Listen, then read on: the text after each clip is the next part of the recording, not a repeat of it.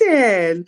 Welcome to bonus episode 37 of Dr. G at the Heart of Healthcare. We are in season two. Well, we out of season two. We have the finale on World Hospice Day, but we do bonuses because we need to acknowledge National Family Caregiver Month. Look at my Yeah. shirt.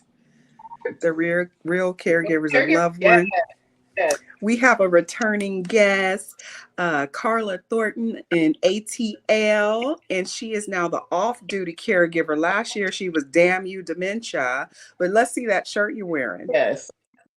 What's the new Let's shirt? see. Can you see the Off-duty. off-duty caregiver?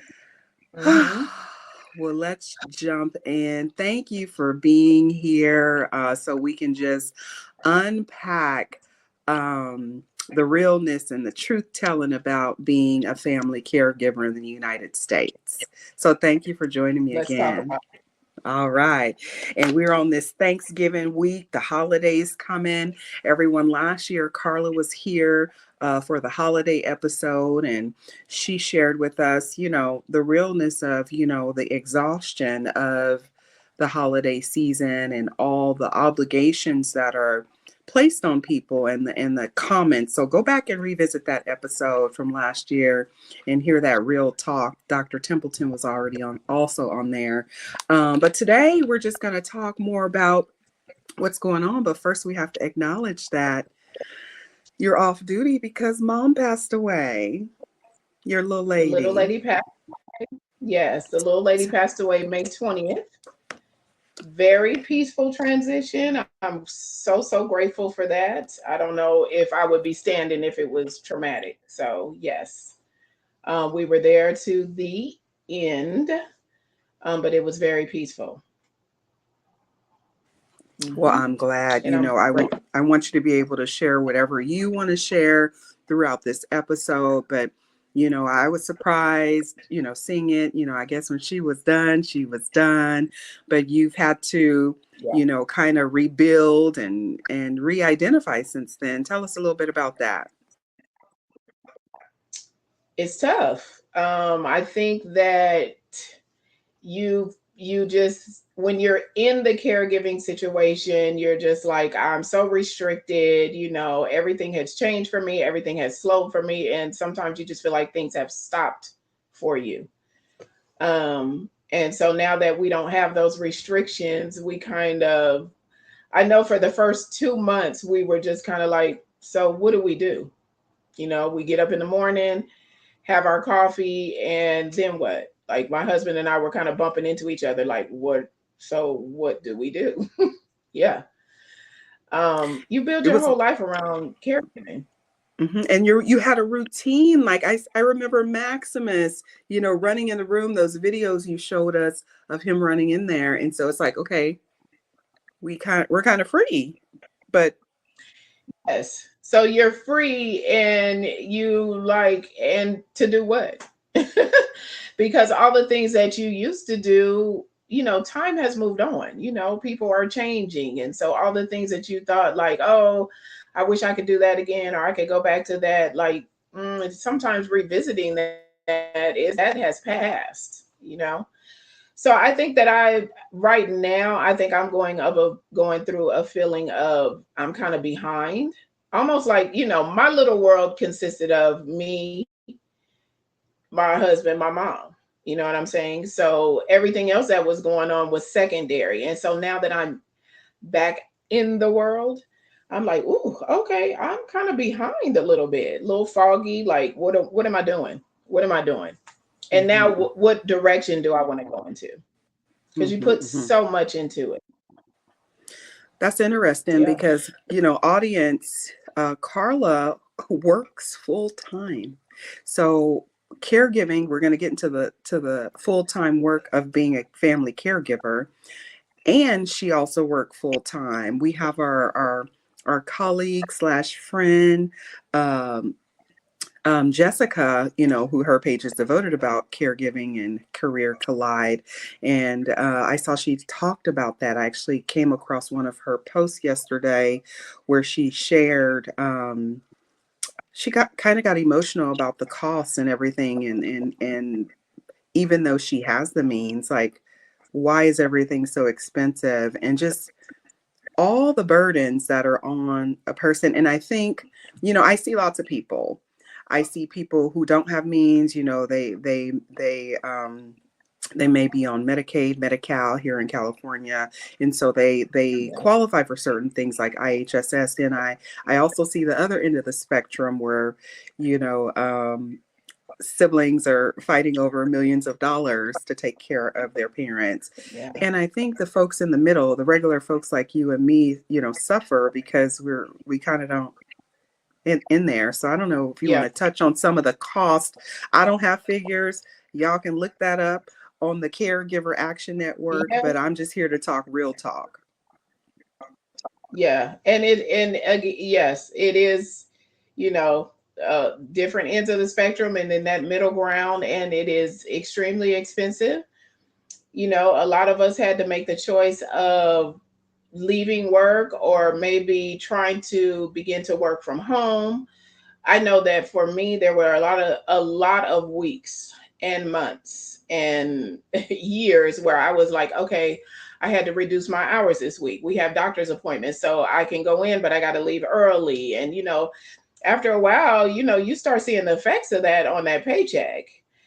And I think now that I'm off duty, now it's a matter of rebuilding finances, because there are times where you got to dig into that 401k to make sure that it- it's a tough thing to say that there were times where I felt like I was going to work simply to pay somebody to stay here with my mom. I was like, my check is I'm leaving the house to go earn money so I can pay someone to sit at home with my mom. So I had even posted that at one time, like, who has quit their job to be a full-time caregiver, and how did that work out for you? Not only financially, but mentally, because a lot of times going to work was my social life. That Hmm. was that was all I had, you know. So I was like, oh, I'm kind of torn on, should I give that up? Not just on a financial aspect, but how am I going to mentally sustain if I am in this house 24 hours a day being a caregiver? Hmm. Hmm. So it's a lot more to it because I had, I've watched people on, Instagram and different social media outlets, and they were like, I quit my job to take care of my loved one. And I was like, oh, okay. So is that a good thing? Should I do that? But yeah, there's a lot more that comes to it than just that. And I'm glad you shared that because, like you're saying that everyone has to make the choice that's best for their family. There's no right or wrong answer. There's people that they're working outside the home like you and full-time caregivers. There's people who work from home like, Jessica. There's people who are caregivers from afar and having to navigate things. And so, it can take on different shapes, but I'm glad we have a community here and we can support one another. But we want the legislators to work on helping folks too. So um, let's jump into what came about when you changed your name. Like, do you remember the day that you decided to switch your handle from Damn You Dementia to Off Duty Caregiver? So I was kind of like, so what do there's no need for me to go back to the page. What am I going to post? The little lady is no longer here, physically here. So I was like, well, what do I do? For me, I think grief sounds so very heavy. And even though I do understand that I am still in the grieving process, I think when people hear grief, they expect you to be crying, balled up, you can't walk, you're not functioning. And that wasn't the case for me. Like I said, the transition of mommy was so very peaceful. And it was a relief because I couldn't see, initially when she came, I was like, she's going to stay with us, she'll die in this house, right? But then when things started declining and declining, I was like, my mom would not be happy being bedbound. That's just my situation. You know what I'm saying? So for me, this was this was everything that you could have wanted in a passing away, right? It was fairly brief and it was peaceful. So when I was like, maybe I'm just gonna go ahead and exit. What's my exit plan for my page? But I have created such a community and so many good friendships, and I want to support them and encourage. I was like, well, now I'm kind of off duty. I'm off duty from caregiving, but once you're a caregiver, you're always a caregiver. And so I wanted to be able to still give information and still give support like I receive for people that are coming into this new. So I just was like, what can I change my name to? I was like, well, I'm off duty. So that's how it came about, the off duty caregiver. Whoop, there it is. And now we have shirts. And, I know your daughter has the t-shirt business. She is a teacher. And I'll put a link in the show notes on how you can order your shirt. Maybe when you're, have your person on respite or you're on vacation or, when your person passes away, you can get that shirt or you can get this one, the real caregivers of loved ones, kind of playing off the Real Housewives. That's right. So Still waiting on Bravo. Contact us, Bravo. Caregivers got things to say. oh my gosh. You Yeah, I've been want you I've want been saving come this. to a caregiver's home. I've been waiting to wear this shirt. Like it's literally been in the plastic until today because I've been waiting for this podcast the Okay. whole year. Okay. I love Yeah. that. So last year when you were on, when we did the podcast, you really, had that real talk. Also, you were like, we're not getting matching pajamas, we're not taking pictures, we're not doing all this stuff. We are going to be at home and just be together. Um, Yeah. Talk to us about some of the, maybe this year you're doing something else, but talk to us about some of those, challenges and remind us how many years were you taking care of your mom? Like when did she move to your home and all that stuff? Kind of catch us up to that. So it was about 7 years. We were just shy of 7 years. And I think the last year and the year before that were probably the hardest around the holidays. I couldn't see doing those regular things. I have a lot of stairs in my home, and so it was hard for mommy to get up and down the stairs and just all the things. And I think I struggled with it the first year, and then last year I was like, I mean, we don't have to do the norm. I mean, what is my norm? And staying at home was our norm at that time, you know. So I wanted to let people know to not, so you won't get consumed in loneliness and feeling like you're left out. Because, like I said, you already feel like you're kind of behind the world. And it's okay. You need to make the days good for you and your loved one. That whole society of what needs to be going on for the holly jolly holidays and everything, that is tough on a caregiver, especially if you're dealing with a loved one who can't get out or is combative or skittish if you're in loud places and stuff like that. So yeah, you have to kind of figure out your new normal. Ooh, that just brought back the memory of that song you had posted, If I Can Just Get Through the Holidays. I'm going to repost that. Yeah. Yeah. And so you mentioned the grief and relief, and let's talk about other relationships. You're married, and so you some folks' marriages don't survive, some of the stressors we have, or I know you have shared that you all work together very well to take care of your mom.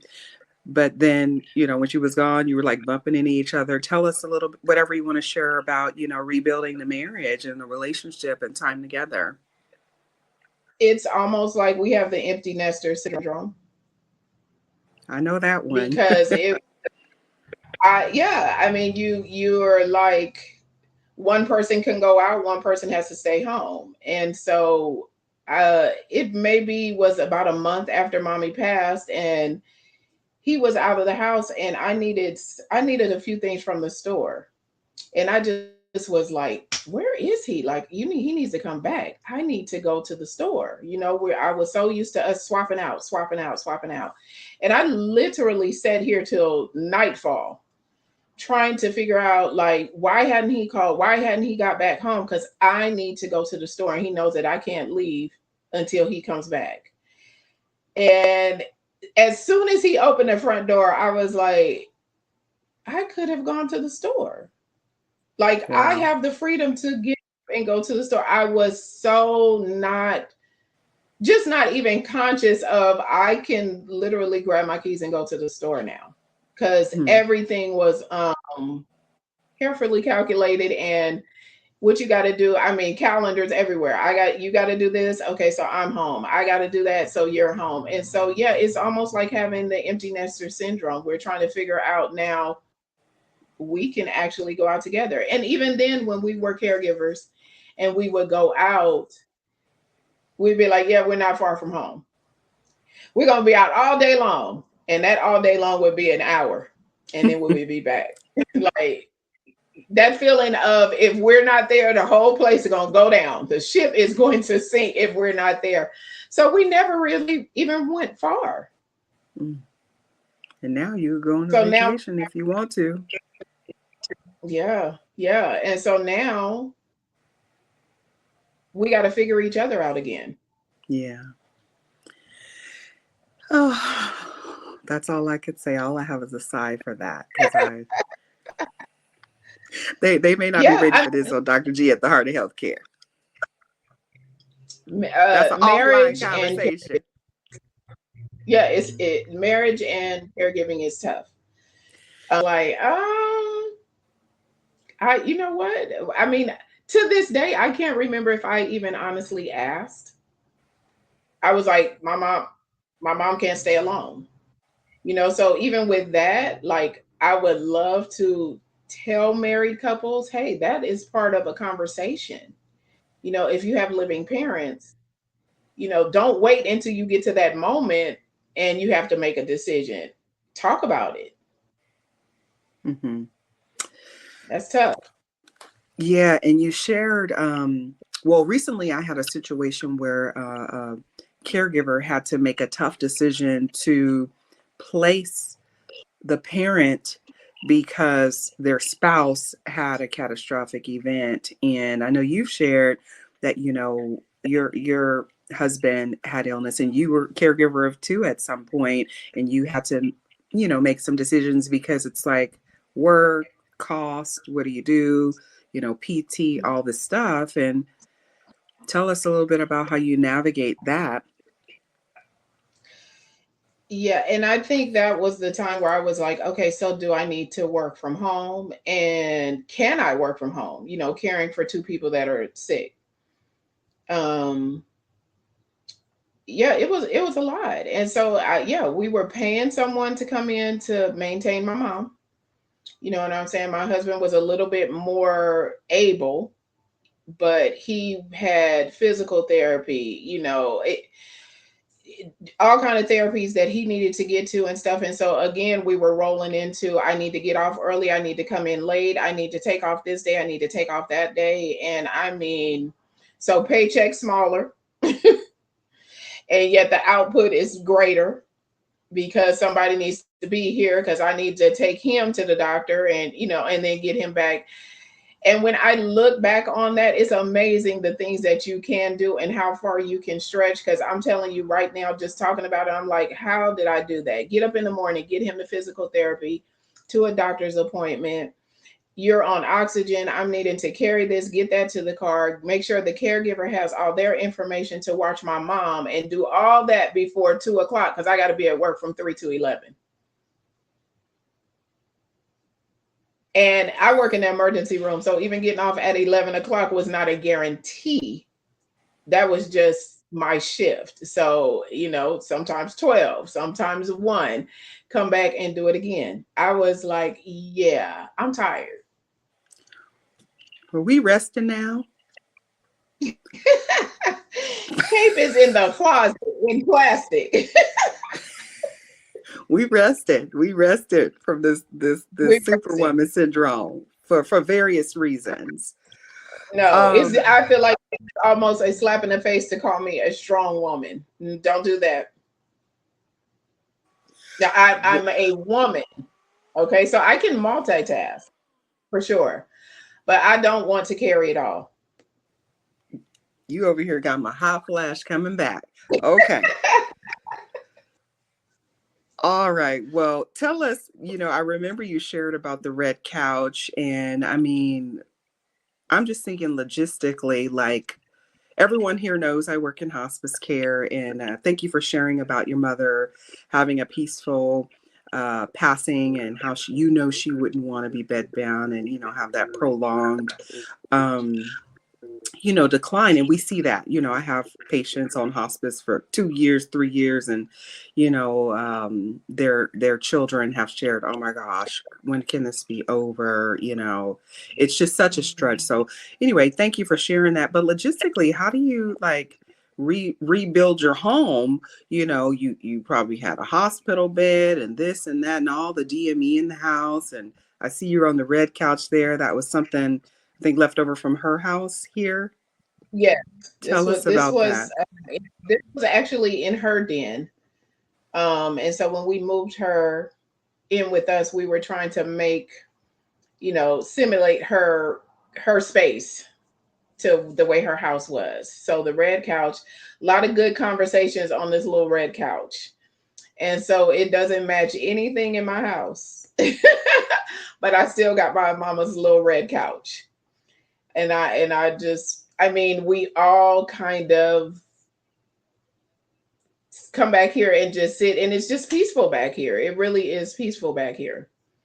Even Max comes back here. When we can't find him, we know that he's kind of curled up on the little red couch. I have to vacuum it every day. You said back here, and you also mentioned stairs. Sometimes it's difficult for folks to navigate stairs when they're doing caregiving. Was her room downstairs, and that's what this So is? she was upstairs with us, but her room was in the back. That it used to be my office.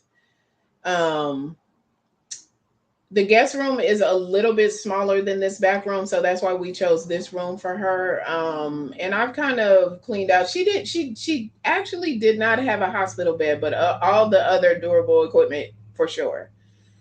So I've taken everything out except, like I said, the red couch, and I'm trying to kind of transition back into my office and stuff.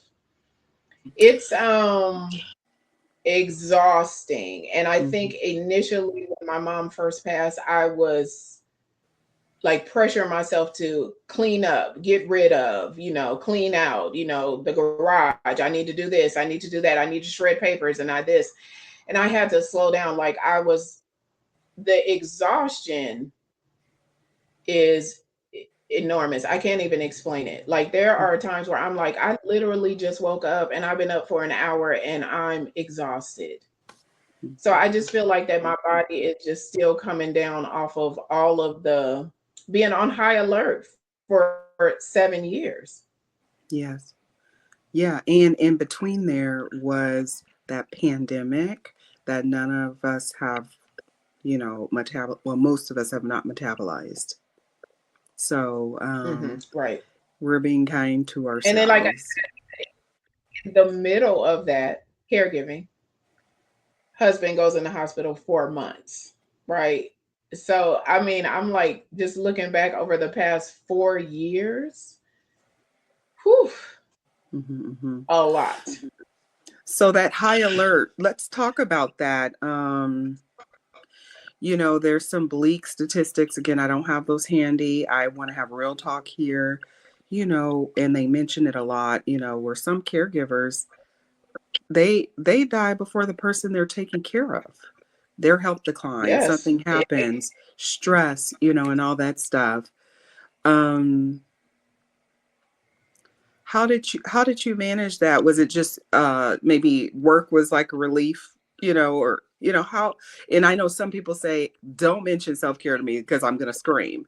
What how can we address that to help folks? I think you just have to kind of really, for as much as you were mindful for your loved one, it's time to really like buckle down and pay attention to yourself. Because I mean, I was waking up every morning with a headache, every single morning, not sleeping through the night, like 3 o'clock in the morning till 6 o'clock in the morning. I'm just wide awake. Insomnia, headaches, always, like I said, always fatigue. Just I mean, my body just felt like, I'm like, God, why am I so tired? I'm taking vitamins, I'm doing smoothies, I'm exercising, I'm eating better, I'm doing all the things, and you just really don't realize what a toll it takes on you mentally and physically. And you got to give yourself some time to breathe, because I feel like right now I'm in the process of going from surviving to thriving. Like I'm trying to get my life back, I'm trying to get my life balance back, I'm trying to get my happy back, like what things that I like to do. Because again, we all, you'd be like, yeah, in high school, I used to do this, oh, I used to bowl all the time, or I used to do this. And so after mommy passed, I was like, oh, okay, so I'm going to go do this. And then I was like, whew, that I'm exhausted. Like, that's not my thing anymore. The one thing that really just kind of soothed me was swimming. And so I was going to the aquatic center quite a lot, but it's starting to get cold. I can't do that. It's too cold. But that was soothing for me. I didn't really have to talk to anybody, you know what I'm saying? That was for me. I love that because initially I think I was on the fast track, like, oh, okay, now I need to jump back into life. And it was just too much. So I had to kind of pull it back a little bit and just figure out, now I'm just moving at my own pace with grief. That's good. That's good. Water can be relaxing. You shared while we were preparing for this episode, you're kind of sensing in the caregiving community that they're letting a little bit of more of the truth and reality of things peek out. Yeah. So tell us some of those truths, because we're going to wrap this thing up in a few minutes. I just feel like because more people are actually, you're seeing a lot more people that are like, I am coming on this page to document, my journey and different things of that nature. And when I first came on, I did feel like, whoa, what am I doing wrong? I'm not balancing this right, because people are like, oh yes, I went out for coffee, I went out with the girls, I went to a concert, self-care is everything. You got to take care of yourself. And I was like, when? You know what I'm saying? And you're looking at different people's situations, and I was like, my mom is still walking and talking and feeding herself, so why am I not having this balance? And why am I not, like, I'm having a night out in town, I'm going on vacation, I'm like, am I doing my finances wrong? The whole thing, you start questioning what you're doing wrong. But I think now people are coming on here and saying, I am tired. You know what I'm saying? Today, I didn't want to do this. Today, I wanted to just be by myself. I didn't want to have to give my all to somebody else. And these truths don't mean that you don't care for that person or that you're not going to still take care of them. But this is real life. This is real life. We can always end it with, oh, it's an honor. I would do it all over again and all the things. And I can tell you right now that there were some hilarious moments with my mom with dementia. Hilarious. But the mom that I miss is not that person. Mm-hmm. You know what I mean? And Mm-hmm. I still loved her. I cared for her with dignity and grace and all the things. And Yoli would peek out. But I miss my mom. That was my mother. You got to be real with that. Real. You can't sugarcoat that. You got to be real. Mm-hmm. Mm-hmm. Yeah. Financially, mentally, all the things. It's tough. And we can just sit with that. We may not have a solution, but we do need to accept these truths. So thank you for Yes. being a voice for the caregivers. So I just pulled up season one so people can go back to those episodes. I think they'll benefit from, our chat. It was season one, bonus episode 35, entitled The Holiday Season. And also Yes. episode 34 was with the hospice doctor's widow, and we discussed courageous conversations, and she has a lot of resources to help folks navigate the holidays, Yeah. um, and things of that nature, because you do need to be mindful, like you told us last year. Yes. Yes. Yes. Yes. Yes. So I want you to be able to get back to your relaxing Saturday. I know we have Thanksgiving coming up this week. Are you cooking Yes. or are you going to somebody's house? So I'm cooking some. So my cousins are going to come to me because this is the first holiday without the little lady.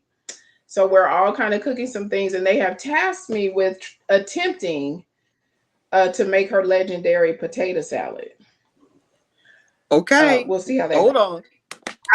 Listen, Listen, cultural competence interjection here for the listeners. If you all remember a few years ago, there was a hashtag called Thanksgiving with Black families. And so there were a bunch of wonderful memes. It was so funny. And one of those things is, yes, who's making the potato salad? That's a yes, question. Who's making the macaroni and yes, cheese? Like, don't you know that video about the macaroni and cheese when she experiments and her auntie goes off?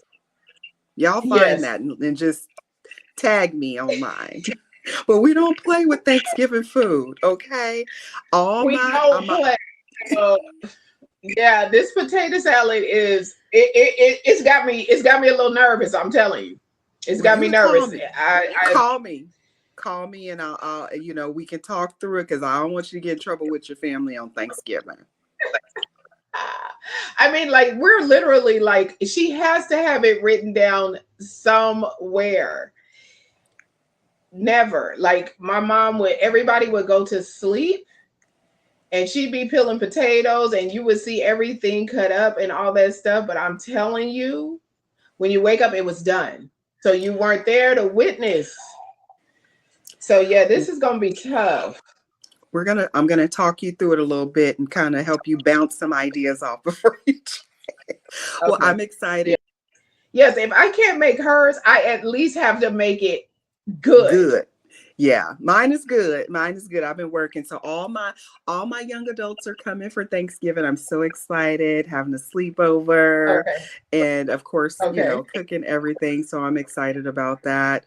And then wedding anniversary coming up. So I'm just thrilled. So anyway, I can't wait to chat with you about that potato salad. And I want everyone who's listening, however are going to spend this week and the holidays, whatever your family situation, I'm sending joy and wishes to you and comfort and peace through the end of 2024. So thank you.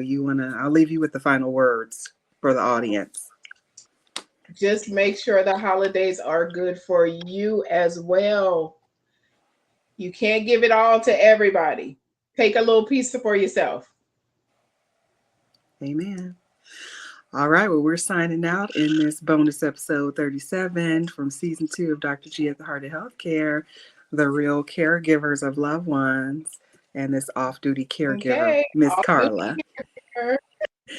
All right, and may your mother rest in peace. I thank you for sharing her with us and all those videos of her dancing and just so much joy. Such a great example, and happy Family Caregiver Month. So we're going to sign out. Dr. G at the Heart of Healthcare. Peace. Peace. Amen.